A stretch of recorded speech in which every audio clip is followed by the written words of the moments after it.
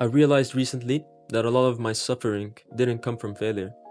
It came from forcing my life into a shape it wasn't ready for.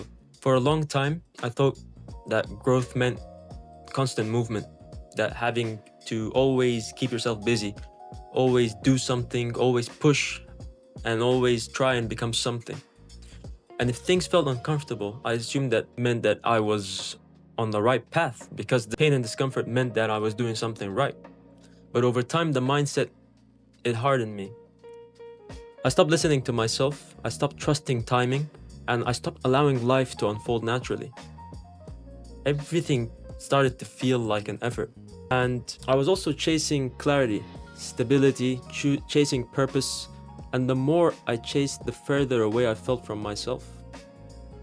What changed wasn't my circumstances, but what changed was my relationship to control. I started to noticing certain things. The moments I felt most at peace were the moments that I stopped forcing outcomes, and I stopped trying to explain myself or justify where I was in life. I realized something important, that not all stillness is stagnation, and not all movement is progress.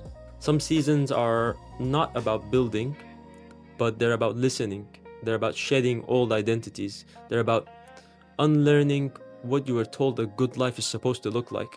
And that's uncomfortable because stillness doesn't give you external validation. There's no one to clap for you, right? Because you're alone. And there's nothing to show, there's nothing to post, nothing to point at and say, look, I must be doing it right. But internally something softens, right?